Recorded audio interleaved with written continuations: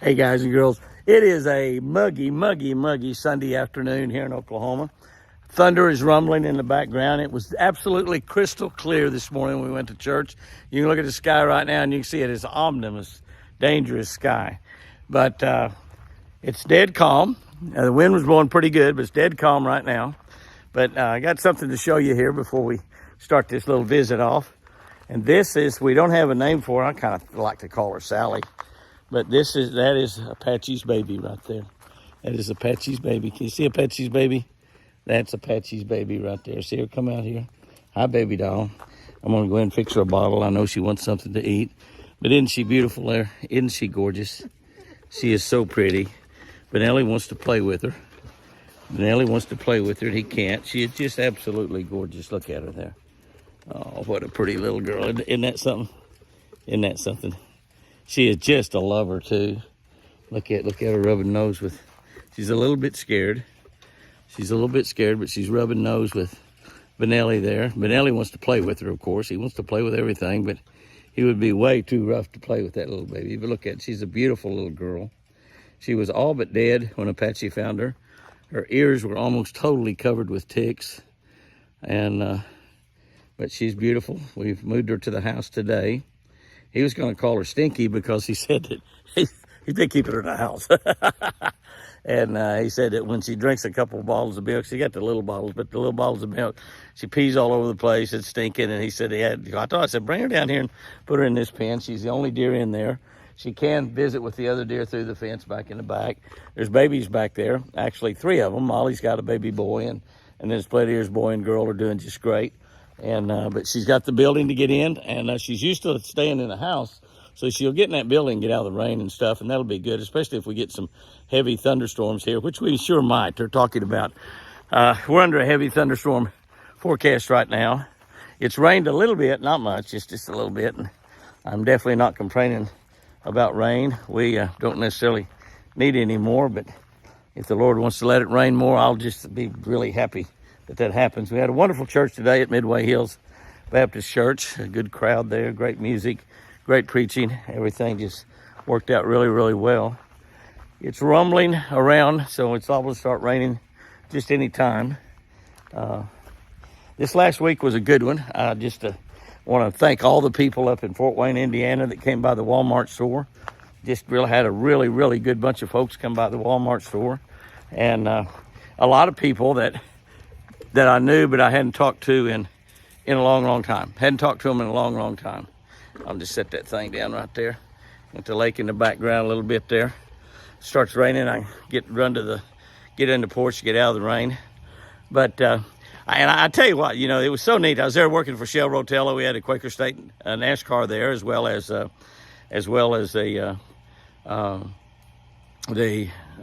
my Ranger boat and my Ram truck from Expressway Ram, which is there in Indiana, Evansville, Indiana, and Mount Vernon, Indiana. You know where that is.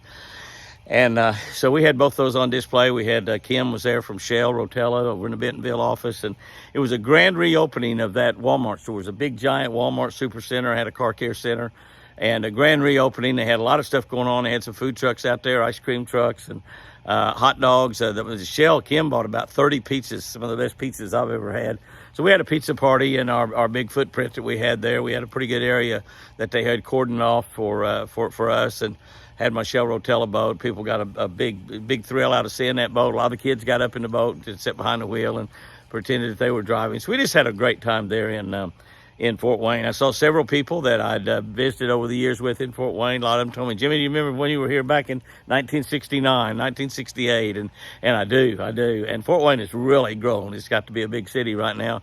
But I had a guy come up to me, and he come up there and shook his hand. And I looked at him, and he said, how you doing, old timer? And I said, I know you. And it was Maynard Logan.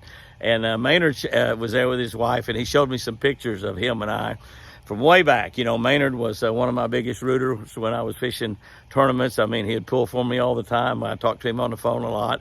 He came to several tournaments. Him and I became really good friends, and I hadn't talked to him in years. And so it was so good to see him come up there. And I got to admit that he didn't have the black hair that he had in the pictures that we took together years ago, and he had several pictures. But it was so great to visit with Maynard, and he's a great fisherman. He called and would talk about problems he'd been having in fishing. He'd figure things out, and he'd call and tell me what he'd figured out and see if they might be able to help me in my tournament fishing, and they did. And so he's just a really good friend. It's been so long since I've seen him. And, I've got a lot of friends like that around the nation that I haven't really saw him, hadn't talked to in years, It's a big country, and I travel around a lot, it's incredibly busy. And so I don't really have time to visit too much on the phone or text and email a lot like a lot of folks. I just don't have time to do that. And we do 1,000 videos a year for social media. Make sure you're on all of our social media channels. We got 3 YouTube channels. 160 or 170,000 people, somewhere in that neighborhood total.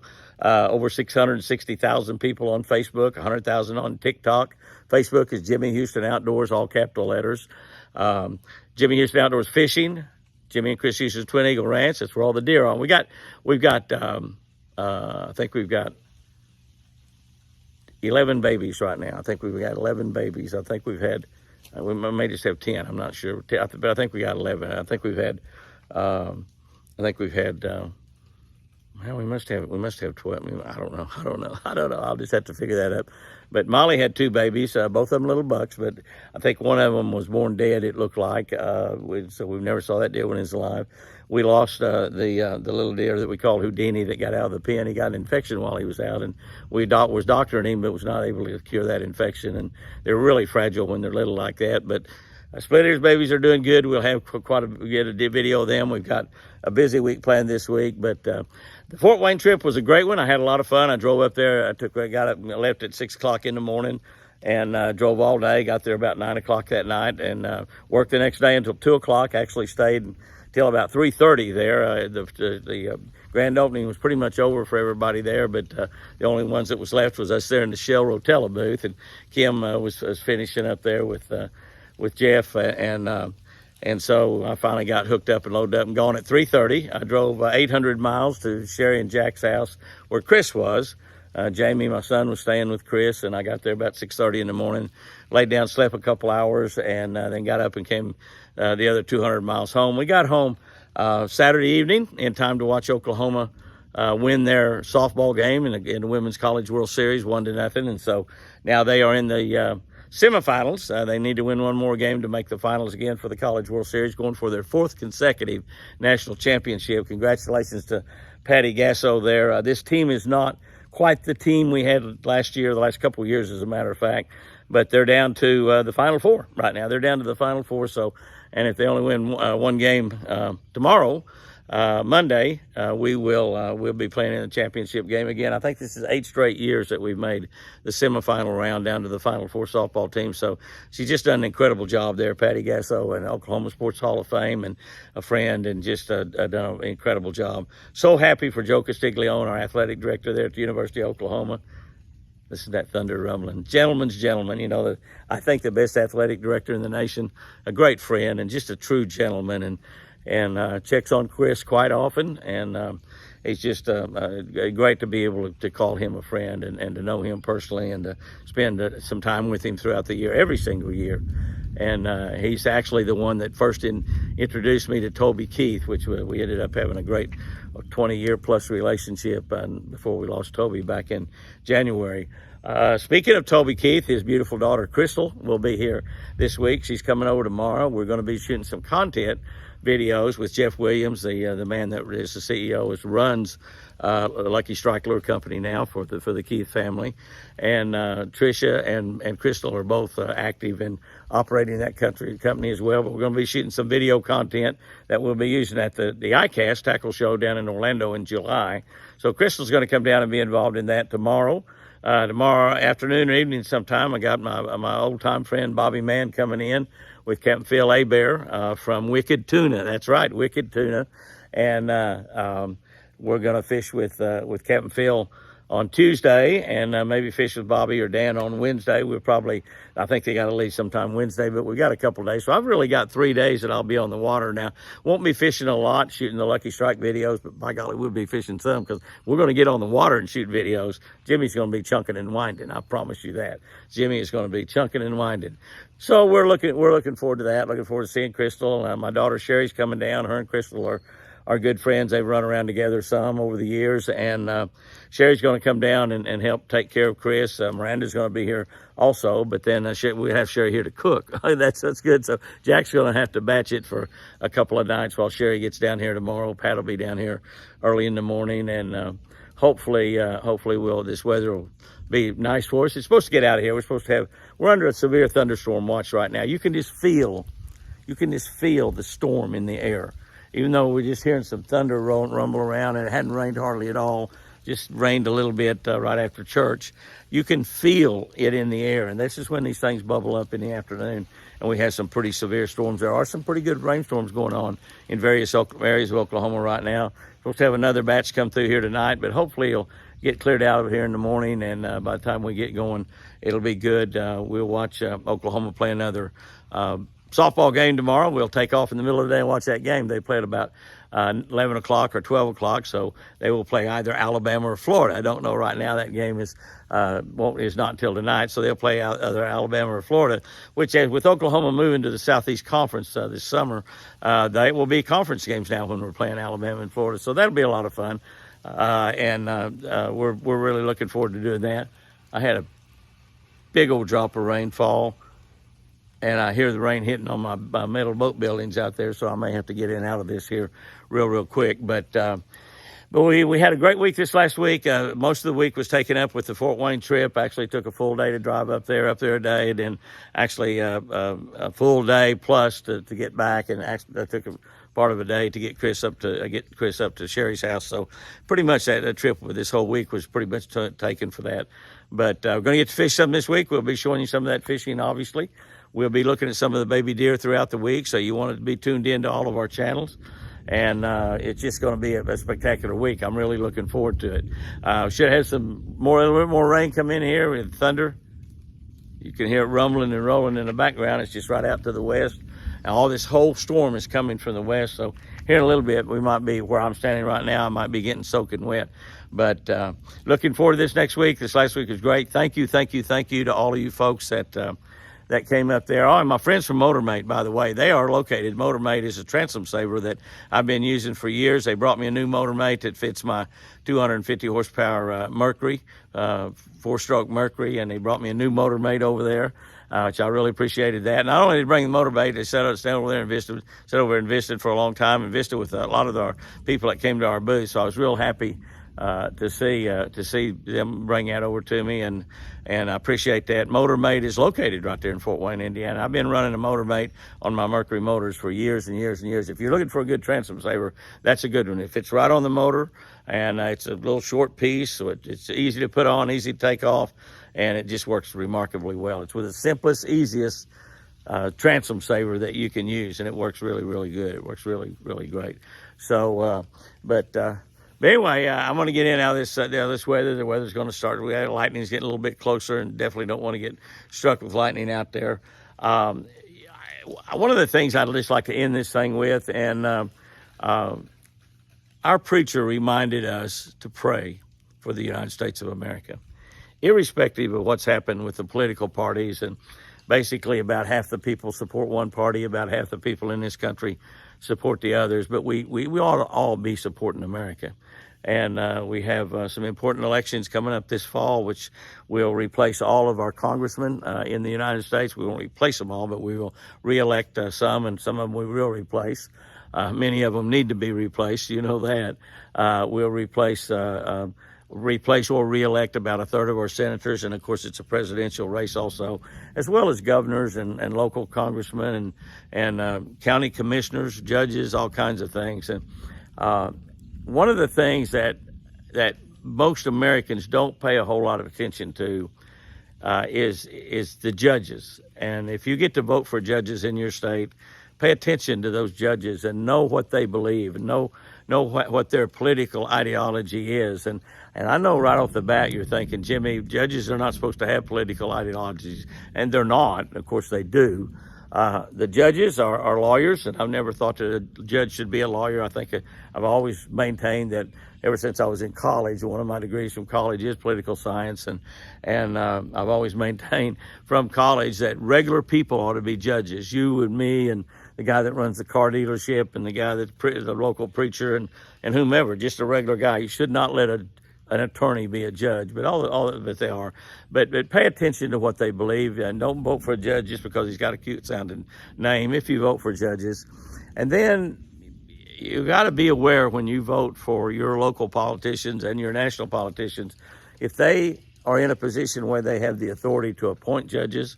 Obviously, we know presidents appoint a lot of judges, but a lot of judges are appointed in the states too. All the states are different in that.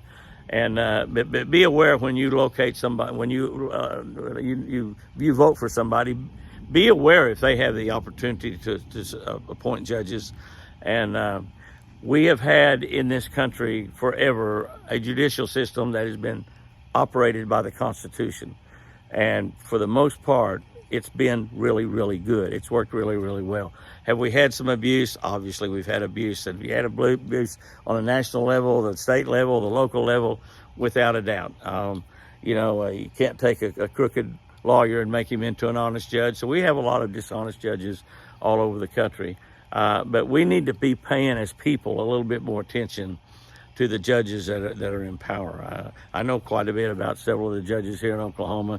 We need to know their beliefs, if they're conservative or liberal, whichever you might be, and whatever type situations, because they will render decisions a lot of times along their beliefs and not just simply along laws and stuff like that.